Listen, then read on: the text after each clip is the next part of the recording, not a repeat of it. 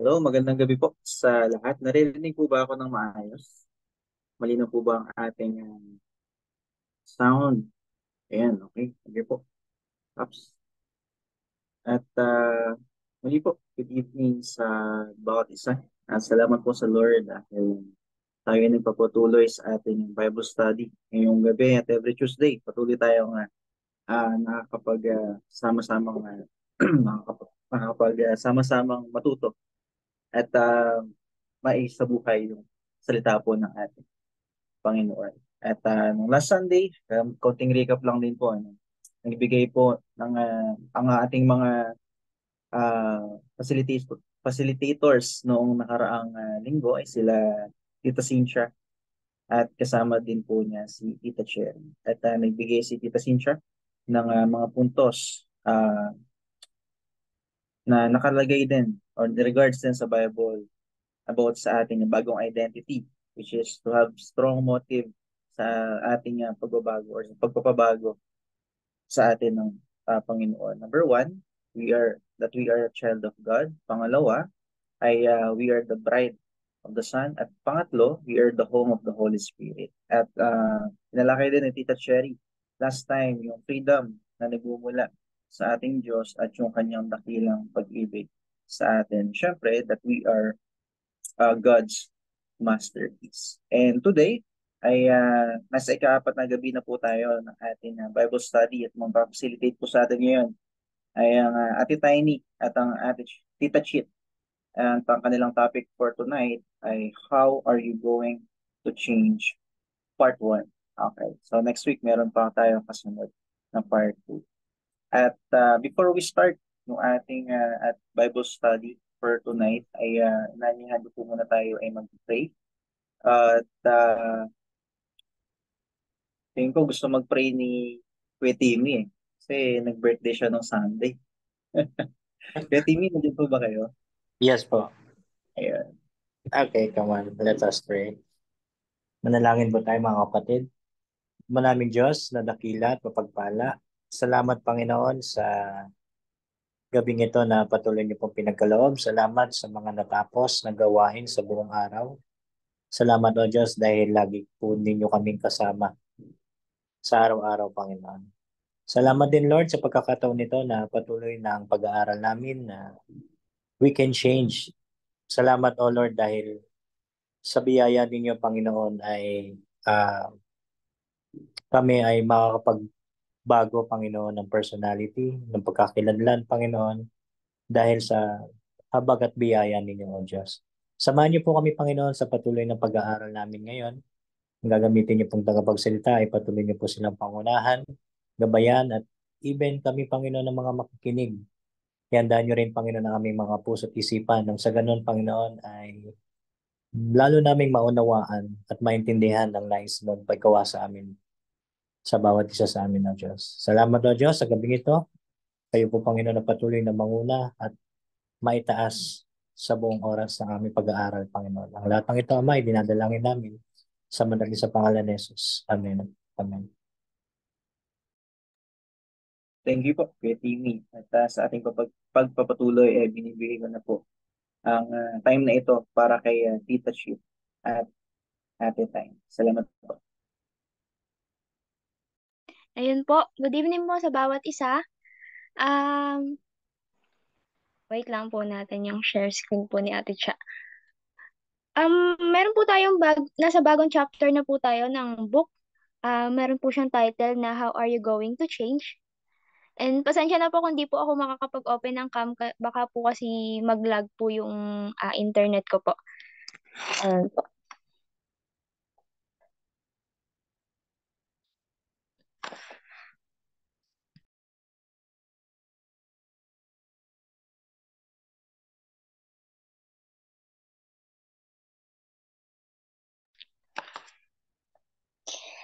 Ayan po. Bago po tayo magsimula ay sa context po ng how are we going to change, gusto ko pong sabihin muna sa inyo na habang po inaayos po ni Ate Cha yung ano po, yung share screen, in context po ng change, marami po tayong mga gustong baguhin sa sarili natin And also, kapag po, for example na lang po, since mag-New Year na rin naman po, meron po tayong mga New Year resolution.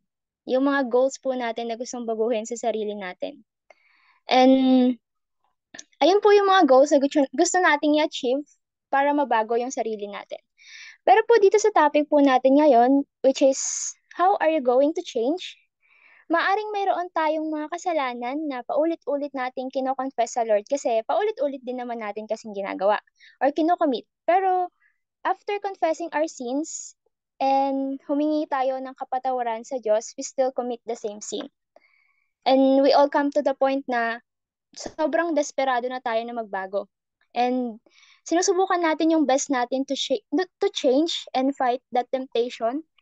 Pero yung sinful nature po natin is hindi natin siya kayang, para yung sinful nature po natin is nagli-lead sa atin para ma-fall po tayo sa sin na yun. And sa bawat pagkakataon na nahuhulog tayo sa kasalanan, nakakaramdam po tayo ng feeling ng hopeless. Kasi iniisip natin na eto na naman ako, nandito na naman ako sa sitwasyon na to, paulit-ulit na lang akong andito, and parang hindi ko na kayang labanan tong kasalanan na to. Ayan po, pwede pong pa-next slide po. Ayan. Pero the glorious good news of Jesus is that you and I can change. Part of the problem is we often try to change in the wrong way. So, kaya po, ang mabuting balita po sa atin ng Diyos is, maaari tayong magbago. Pero ang problema po kasi, oftentimes, ang pagbabago po na ginagawa natin is pinangungunahan po natin yung Diyos. Nagsaset po tayo ng goals sa sarili natin and ginagawa po natin yung sarili nating kakayahan para magbago, which is baka hindi po yun yung kalooban ng Diyos na pagbabago para sa atin. Next slide po. Ayan, babasahin ko po sa inyo, trying to change ourselves. Kung kayo nga ay namatay na kasama ni Kristo, mula sa mga espiritual na kapangyarihan ng sanlibutan, bakit kayo nawaring nabubuhay pa sa sanlibutan ay nagpapasakop pa sa mga batas? Ang mga ito ay huwag kang hahawak, huwag kang titikim, huwag kang hihipo. Ang mga batas na ito ay tumutukoy sa mga bagay na masisira kapag ang mga ito ay ginamit. Ang mga ito ay ayon sa mga utos at sa mga aral ng mga tao. Ang mga bagay na ito ay waring may karunungan sa kusang pagsamba at huwad na pagpapakumbaba at pagpapahirap ng katawan. Ngunit ang mga ito ay walang kapangyarihan laban sa kalayawan. Kalayawan sa laman. Hindi ko po pala nailagay dito, pero galing po ito sa Colossians chapter 2 verse 20 to 23. So malinaw po dito sa verse na ito na nung namatay po tayong kasama ni Jesus ay kung namatay po tayo, sinasabi po dito sa verse na ito na kung namatay po pala tayong kasama ni Jesus, bakit pa tayo nagpapasakop sa mga alituntunin ng mundo na ito at ang mga kautosang ginagawa ng tao? Kung titignan ito ay nagpapakita ng karunungan, pero hindi makatutulong ito sa pagpigil ng laman. Ang mga kautosang tinutukoy sa Bible text po na ito ay ang ginawa ng mga false teachers sa Colossus, na tinuturo nila sa mga followers nila. Pinapaniwala nila yung mga followers nila na through these rules, they will have victory over fleshy desires. Pero malinaw na sinasabi ni Paul na wala itong halaga sa paglaban sa desire ng flesh. Dagdag pa ni Paul, kung namatay na pala tayong kasama ni Jesus at we've been raised with Him, bakit tayo bumabalik sa mga kautusan para maging malinis or maging matagumpay? Nagsiset po, next slide po. Ayan, external activities can change us, says God, because sins come from within, from our hearts. Our rituals might change our behavior for a while, but they can change our hearts. So, external activities can change us, sabi ni Jesus. Si Jesus na po mismo ang nagsabi niyan. And because sins come from our heart. Kung maalala niyo po sa ETC, sinabi po doon na ang kasalanan ay hindi lamang tungkol sa masamang bagay na ginagawa natin, bagkus ito ay ang mga ito ay ang estado ng ating puso. Higit sa ano pa mang pagbabago, kailangan nating turuan, baguhin or pagtuunan ng ating puso. Maaring iniisip po natin minsan na baka dahil lamang sa environment kaya yung mga hindi natin mabago yung kasalanan natin. Pero sinasabi po dito na yung mga kasalanan po natin is nanggagaling sa puso natin. And kung makikita niyo po sa Marcos, ayan po, ayan sa Marcos 7 to 8, chapter 7 verse 18 to 23, babasahin ko na rin po. Sinabi niya sa kanila, kayo ay wala ring pang-unawa. Hindi ba ninyo naunawaan na anumang bagay na pumasok sa tao mula sa labas ay hindi nagpaparumi sa kanya? Ito ay sapagkat hindi ito pumapasok sa kanyang puso, kundi sa tiyan, at ito ay dinudumi sa palikuran. Sinabi ito ni Jesus upang ipahayag na ang lahat ng pagkain ay malinis. Sinabi niya, ang lumalabas sa tao ang nagpaparumi sa kanya. Ito ay sapagkat mula sa loob, sa puso ng tao nagmumula ang masamang kaisipan, mga pangalunya, mga pakikiapid, mga pagpatay, mga pagnanakaw, mga pag-iimbot, mga kasamaan, pandaraya, kalibugan, pagkainggit, matang masama, pamumumusong, kayabangan, kahangalan. Ang lahat ng kasalanan ito ay nagmumula sa loob at siyang nagpaparumi sa tao. So malinaw po na sinasabi sa Marcos chapter 7 verse 18 to 23 na hindi po external factors kung bakit tayo makasalanan. Kasi po yung mga kasalanan natin is nanggagaling po sa puso po natin. Next slide po.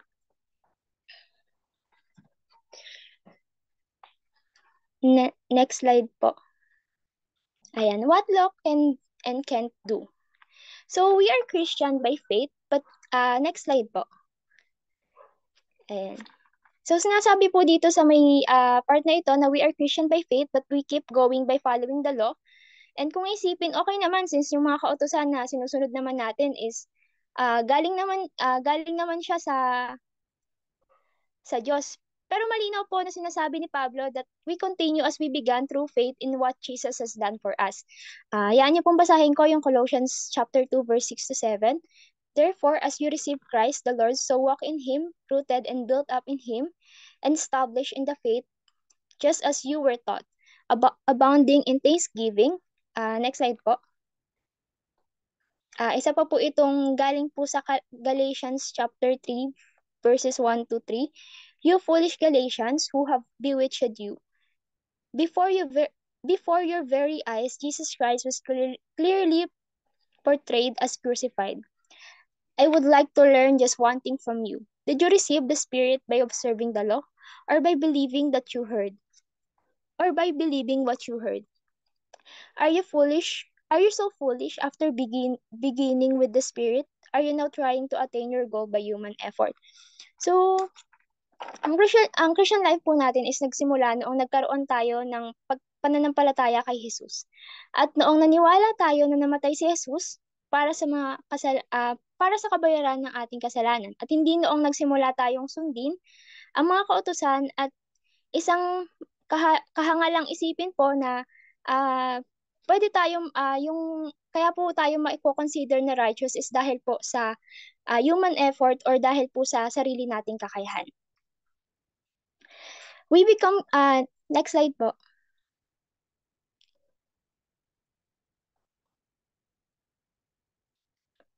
Next slide po. Thank you po. Babasahin ko na lang din po. Ayan. We become Christian by faith in Jesus. We stay Christian by faith. We stay Christian by faith in Jesus, and we grow as Christian by faith in Jesus. So, nagsimula tayong maging Kristiyano noong nakakilala tayo kay Jesus. Magpapatuloy tayong maging Kristiyano sa pamamagitan ng pananampalataya kay Jesus, and lalago tayo as a Christian sa pamamagitan din ng pananampalataya kay Jesus. So malinaw po na hindi po sinabi dito na mag-grow tayo by rules, by discipline, pero malinaw po na sinasabi dito na through faith in Jesus lamang po kung bakit tayo naging Christian, kung bakit tayo na-save, and not by following the rules po and yung mga discipline po. Next, ito po. Meron po sa book, ayon po kay J.C. Ryle, if we would be sanctified, we must begin with Christ. We must go to Him as sinners, with no plea, but with utter need. and cast our souls on Him by faith. If we would grow in holiness and become more sanctified, we must continually go on as we began and be ever making fresh application to Christ. Hindi sinasabi na ang mga discipline and law is useless. Hindi naman po sinasabi na huwag na nating sundan yung mga kautusan po sa Bible. Hindi naman po sinasabi na ganun. Pero it is a reminder to us about the grace and hope that Jesus gave us.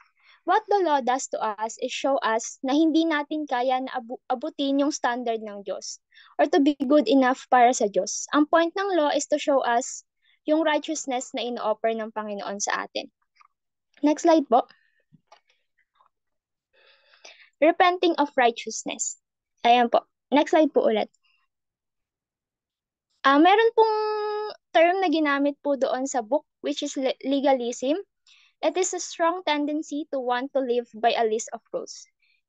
Legalism po, or yung legalist po, siya po yung tao na gusto niyang mamuhay ng meron siyang mga rules and mga laws na sinusunod. And legalism, next slide po. Ayan, legalism is appealing for two reasons. Number one, it makes holiness manageable. Number two, number one, it makes holiness manageable. So we think na we can manage holiness by simply following yung mga kautusan, and it made us think na we are holy basta sinusunod lang natin yung mga kautusan. If we try to remember po, meron pong character sa Bible na lumapit siya kay Jesus para sa sinabi niya po na tinanong niya si Jesus kung paano siya magliligtas. Tapos sinabi ni Jesus, sinusunod mo ang mga kautusan, and sinabi po niya na oo, sinusunod ko yung mga kautusan na yon. Pero nung sinabi po ni Jesus na ibenta niya yung mga ari-arian niya, hindi niya po nagawa yon, and which is nagpapakita na hindi niya talaga sinusunod yung mga kautusan ni Jesus, which is yung love your neighbor. And yung legalism po, fino-fool niya po tayo na kaya nating i-manage yung holiness basta nasusunod lang natin yung mga kautusan na binibigay ng Bible. Sa number 2 po, legalism make holiness an achievement on our part. So, dahil nga sa tingin natin, manageable ang holiness or basta sumusunod ka sa kautusan ay holy ka na, it made us think that holiness is our achievement, or yung holiness is nagagawa natin kasi sinusunod nga natin yung mga kautusan. And since we think that we are holy, we have tendency to compare ourselves to other, na mas holy ako dito kasi hindi niya naman sinusunod yung mga kautusan. Sabi sa kautusan, honor your father and mother, pero nakikita ko siya, binabastos niya naman yung nanay niya, hindi niya naman sinusunod. So, yung legalism po, pinapaniwala tayo na mas mataas ako dito kasi mas sinusunod ko yung mga kautusan na binibigay ng Bible. Next slide po.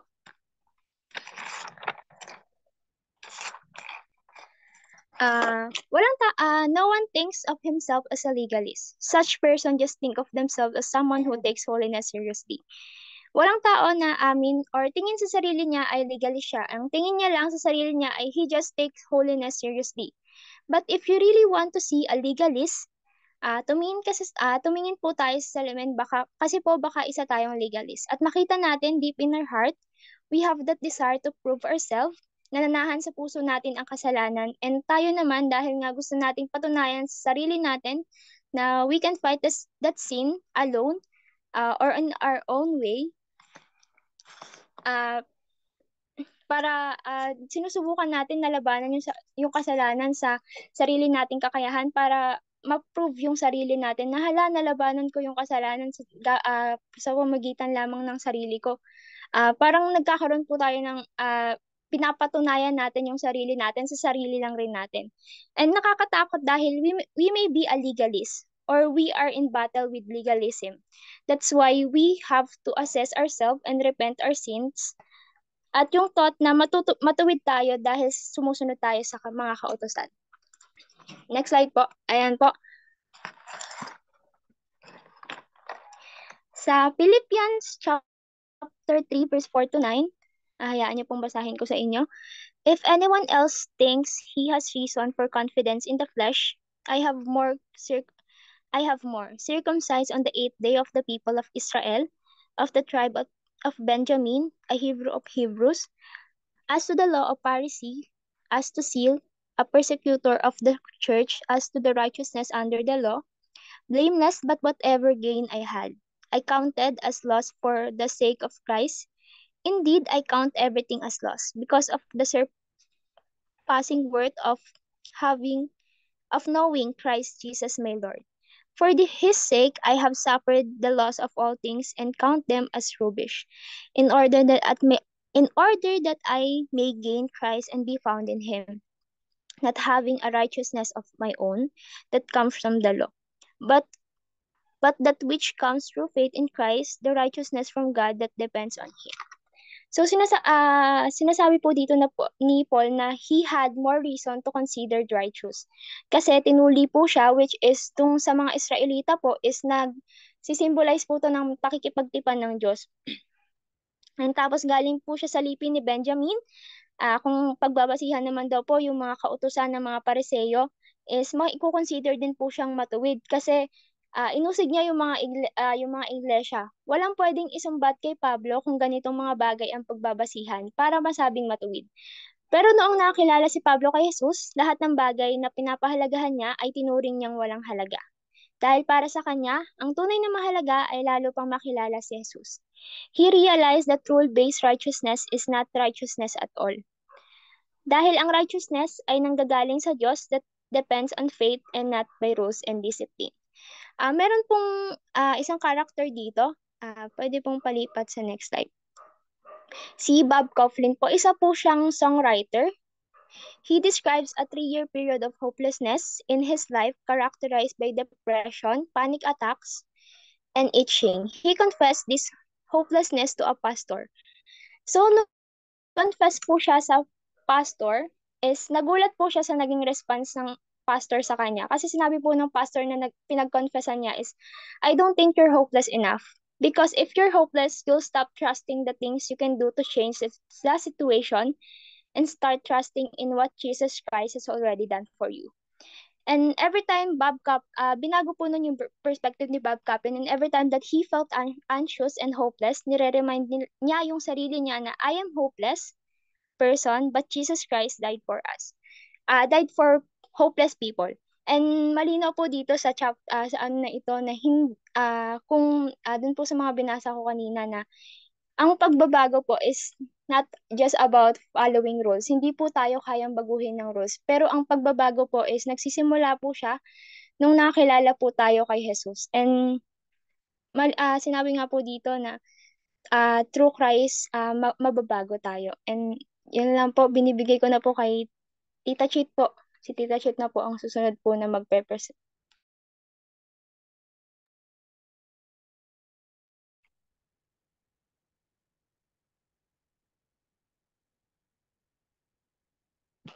Hello po. Hello po, magandang gabi po. Sige po, sa atin pong pagpapatuloy ng how are you going to change? Paano nga po ba? Change is God's work. Ano po sa slide? Ayan. Change is God's work. Ayon po sa unang Thessalonica chapter 5 verse 23, ang Diyos ang nagpapabanal o nagpapabago sa atin. It is God Himself who sanctifies us.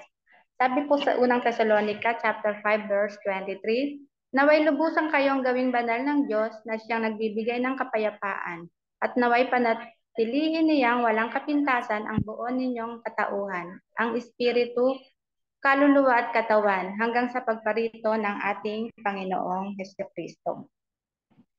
So, ang Panginoon po at talaga ang nagpapabago sa atin, ang Panginoong Diyos. Other therapies can modify behavior. Drugs can suppress the word extreme symptoms of some problems. Ngunit tanging sa Diyos lamang nagmumula ang tunay at walang hanggang pagbabago. God alone can change our hearts. Ayon po sa Marcos chapter 1 verse 8, ang tinutukoy po dito ni Marcos chapter 1 verse 8. Next slide po. Binautismuhan ko kayo sa tubig, ngunit babautismuhan niya kayo sa Espiritu Santo. Ang tinutukoy po dito ni Apostle John ay si Jesus. Alam ni Apostle John, magagawa niyang linisin ang mga tao sa panlabas, ngunit ang Panginoong Hesus ang babago ang maglilinis sa atin sa pamamagitan ng banal na Espiritu. He transforms, cleanses, and changes our hearts. Ito po ang sinasabi sa Old Testament sa aklat po ng Ezekiel chapter 36 verse 25 to 27. Next slide po. Bibisikan ko kayo ng tubig na dalisay upang kayo'y luminis. Aalisin ko rin ang naging mansa ninyo dahil sa inyong mga Diyos-Diyosan. Bibigyan ko kayo ng bagong puso at bagong espiritu. Ang masuwayin ninyong puso ay gagawin kong pusong masunurin. Bibigyan ko kayo ng aking espiritu upang makalakad kayo ayon sa aking mga tuntunin at masunod ninyong mabuti ang aking mga utos. Napakalinaw po na ang Diyos ang dadalisay sa atin. Bibigyan niya tayo ng bagong puso at bagong espiritu upang makapamuhay tayo ayon sa tuntunin ng Diyos at masunod nating mabuti ang kanyang mga utos. Jesus does what legalism can never do. He gives us a new heart and a new spirit. Next slide po.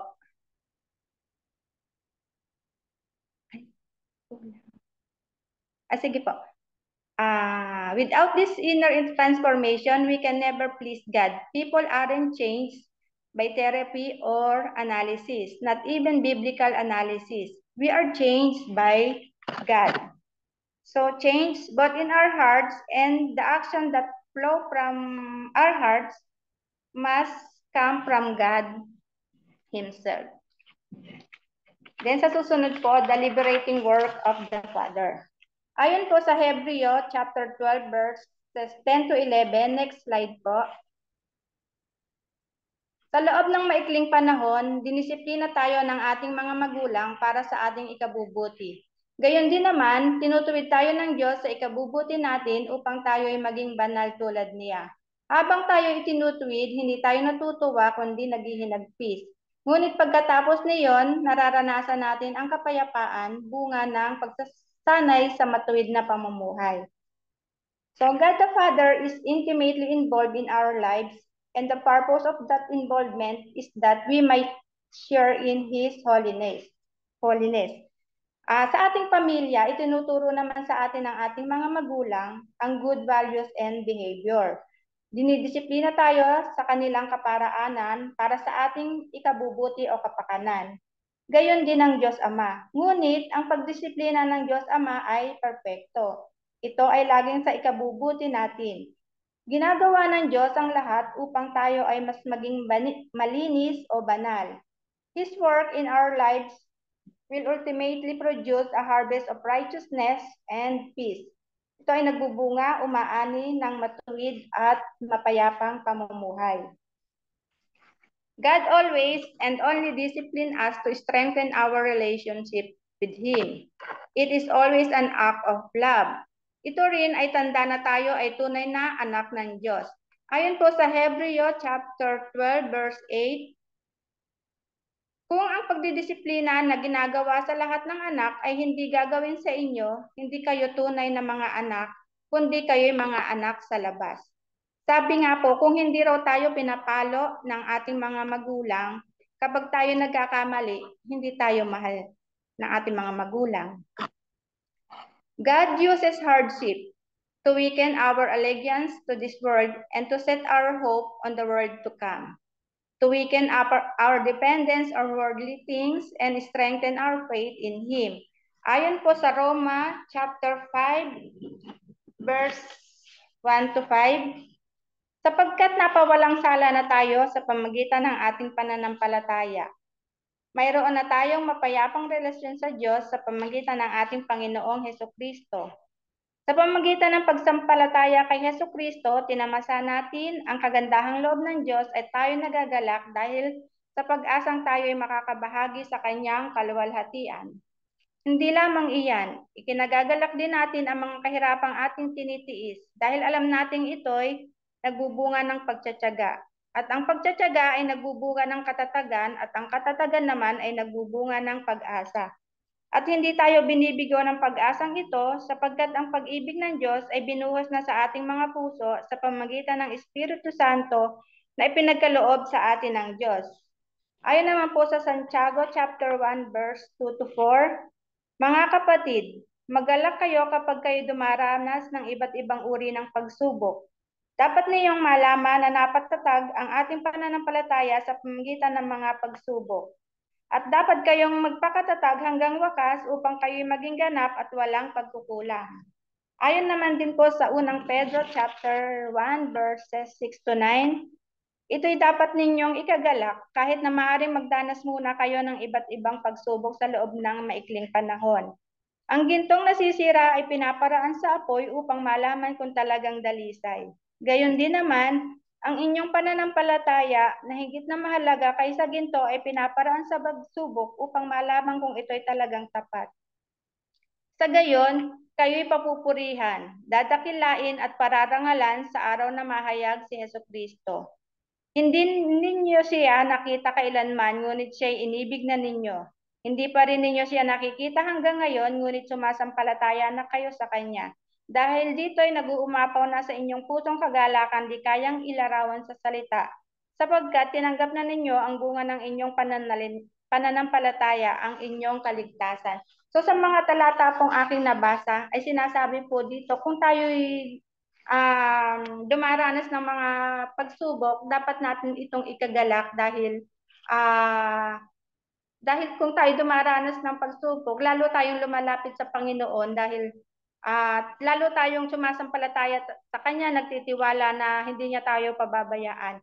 Ito ay nagbubunga rin sa atin ng pagtsatsaga at ng pag-asa sa Panginoon. Hindi niya tayo binibigo sa pag-asang ito sapagkat ang pag-ibig ng Diyos ay sa atin ay buong puso sa pamagitan ng banal na espiritong pinagkaloob niya sa atin.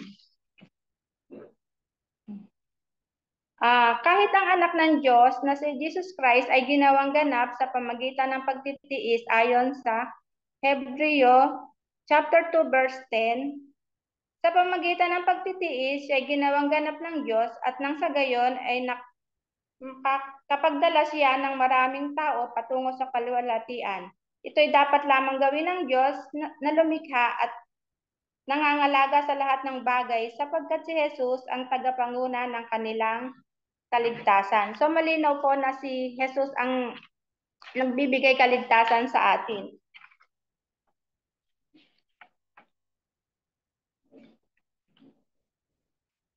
God the Father has designed a complex of full training package for each believer. Ang bawat pangyayari sa ating buhay ay para sa ating ikabubuti at ito ay upang maging katulad tayo ng kanyang anak na si Jesus Christ. Ayon po sa Roma chapter 8 verse 28 to 29, alam nating sa lahat ng bagay ay ginagawa ang Diyos para sa ikabubuti na nagmamahal sa Kanya. Silang mga tinawag ayon sa Kanyang layunin. Sapagkat sa mula't mula pa'y alam na ng Diyos kung sino ang magiging Kanya at ang mga ito'y pinili niya upang maging tulad ng Kanyang anak. Sa gayon, ang anak ang naging panganay sa lahat ng maraming magkakapatid. Sa araw-araw po ay ginagawa ng Diyos ang Kanyang plano hanggang sa tayo ay makasama niya sa Kanyang kabanalan. Sa Kanyang, until we share in His holiness. Sa next slide naman po, the liberating work of the Son. Ayon po sa Roma chapter 6, verse 1 to 7. Next slide po. Ano ngayon ang sasabihin natin? Patuloy ba tayong magkakasala upang tumagana sa atin ang kagandahang loob ng Diyos? Hindi. Tayo pa tayo nasa kasalanan. Paano pa tayo mamumuhay sa pagkakasala? Hindi ba ninyo alam na tayong lahat na nabautismuhan kay Kristo Jesus ay nabautismuhan sa Kanyang kamatayan? Sa makatwid, tayo namatay na at nalibing na kasama niya sa pamagitan ng dakilang kapangyarihan ng Ama. Tayo rin ay nagkaroon ng panibagong buhay sapagkat kung nakasama tayo ni Kristo sa isang kamatayan katulad ng Kanyang kamatayan, Tiyak na tayo ay makakasama din niya sa muling pagkabuhay na katulad ng kanyang muling pagkabuhay. Alam natin na ang dati nating pagkatao ay naipako na sa krus kasama niya upang mamatay ang ating makasalanang pagkatao at nang hindi na tayo maalipin pa ng kasalanan. Verse 7, sapagkat ang namatay na ipinalaya mula sa kapangyarihan ng kasalanan. Ang kamatayan at muling pagkabuhay ay naganap na sa atin sa pamagitan ng Panginoong Hesus. Nang katanggapin natin ang Panginoong Hesus bilang tanging Panginoon at tagapagligtas, at tayo sumunod sa tubig ng bautismo, tayo ay namatay at muling nabuhay tulad ng Panginoong Hesus. Dati, tayo ay nasa kapangyarihan ng kasalanan. Alipin tayo ng kasalanan. Ngunit dahil sa Panginoong Hesus, tayo ay naligtas sa kamatayan, ang kamatayang walang hanggan. Now we've been united to Christ, a reality symbolized in baptism. We've been united with Christ in His death. His death becomes the death of our old self. And we've been united with Christ in His resurrection. We've been given a new self or new life. Pinalaya tayo ni Jesus sa kaparusahan ng kasalanan, ang kamatayan. At gayon din naman sa kapangyarihan ng kasalanan. Sa ngayon, malaya tayong mamuhay kasama ng Diyos. Ayon po sa Romans 6:12,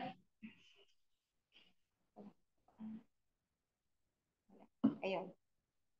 Ayon po sa Roma 6:12, huwag na ninyong paghariin ang kasalanan sa inyong mga katawang may kamatayan upang hindi na kayo maalipin ng masamang hilig nito. So sabi po ni Apostle Pablo dito na huwag na nating paghariin pa ang kasalanan sa ating mga katawang lupa upang huwag na tayong maalipin ng masasamang hilig nito.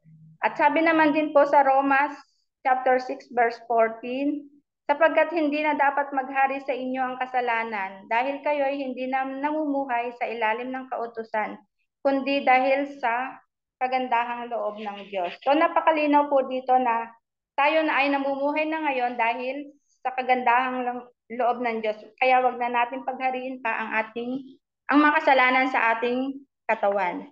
So tanging ang Diyos lamang po ang magkakapagpabago sa atin. Wala tayong magagawa kundi ang Panginoon lamang. Ayun lang po.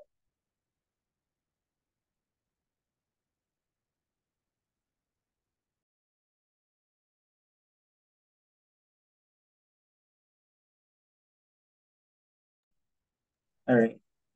Thank you po, Tita Chit and Tiny sa ating topic for tonight. At natawagan ko po ang ating Charlene para sa pag-summarize naman ng ating topic. Thank you, Ate Charlene. Hello po, naririnig po ako ng maayos. Okay naman po.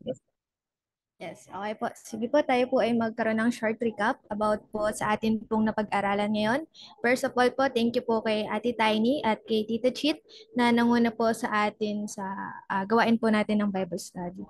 So, ang kanila pong topic ay part 1. Part 1, which is the how are you going to change? So, sa part po ni Ate Tiny, sinabi po ni Ate Tiny, dahil sa mabuting balita ng Diyos, kaya nating magbago. Ngunit, ang kasalanan po doon or ang nagiging kasalanan ay napapangunahan natin ng Diyos at yun po ay mali. So sabi din po ni Ate Tiny, ang kasalanan ay nanggagaling daw po sa ating puso na nagmula po sa Marcos chapter 7 verses 18 to 23. Sabi din po ni Ate Tiny, we become Christians by faith in Jesus.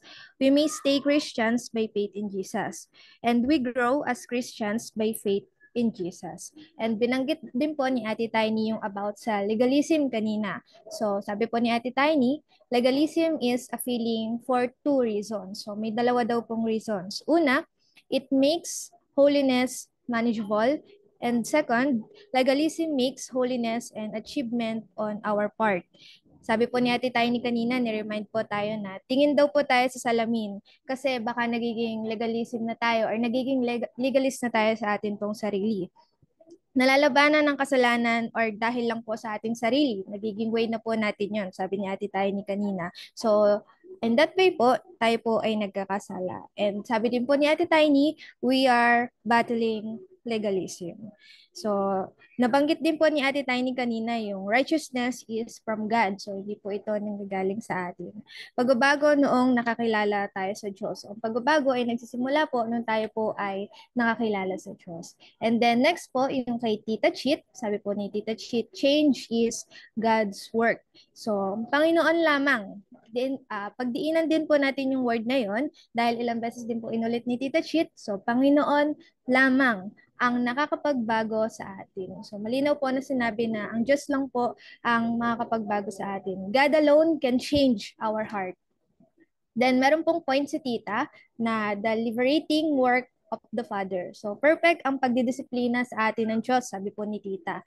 And act of love po ito ng Diyos sa atin. So, parang sa isang magulang at sa kanya pong anak. And tayo po ay anak ng Diyos. Kaya po, perfect ang pagdidisiplina po sa atin ng Diyos. So, magalak daw po tayo pag tayo daw po ay nagdaraan sa mga pagsubok na binanggit din po ni Tita Chit kanina. And second point po, the liberating work of the Son. So dati daw po alipin tayo ng kasalanan, ngunit tayo daw po ay pinalaya ng Diyos. And sa last po na sinabi ni Tito Chut kanina, namumuhay tayo po ngayon ng dahil lamang po sa kabutihan ng Diyos.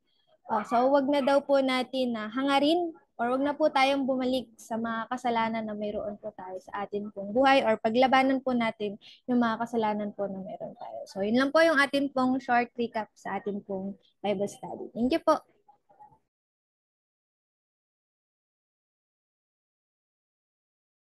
Okay, thank you, Ate Shirley. At before we end our Bible study, para sa prayer ay magpe-play lang po ako ng mga announcement natin sa CPL.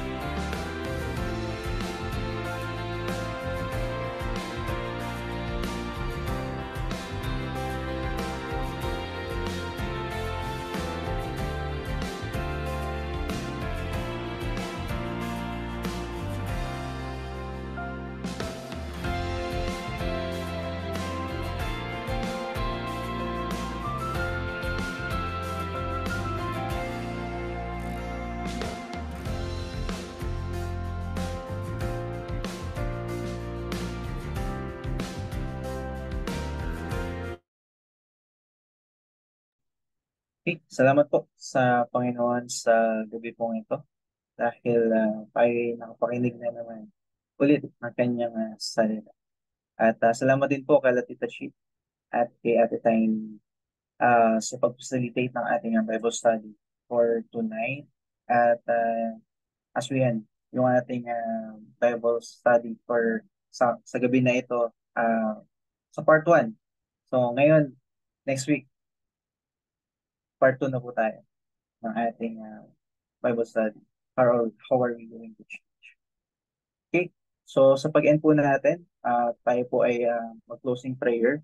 At parang gusto rin mag-closing prayer ni Tito Boy. Tito Boy, nandiyan po ba kayo?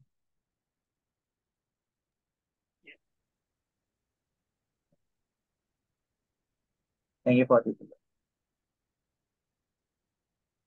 Yeah. Pangyarihan sa lahat,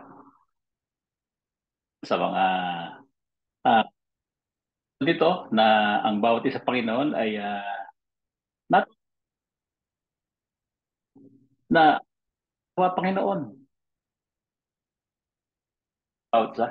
Salamat din Panginoon sa kapatid namin na nag-isip Panginoon ng mga ganitong gawain upang ang lahat Panginoon ay mahasa sa pagpapacilitate.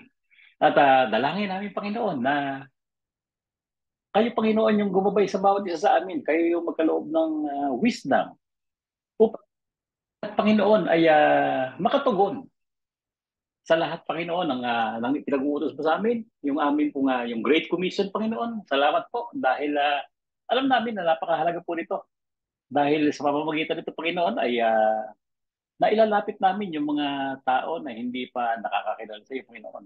At nawa ay pagkalooban ng Panginoon ng lakas ng loob at tulungan makasunod Panginoon. At ito po ang aming panalangin na may pagpupulit pa sa salamat sa matamis na pangalan ni Anak si Jesus. Amen. Thank you po. Bye po. God bless po, sir.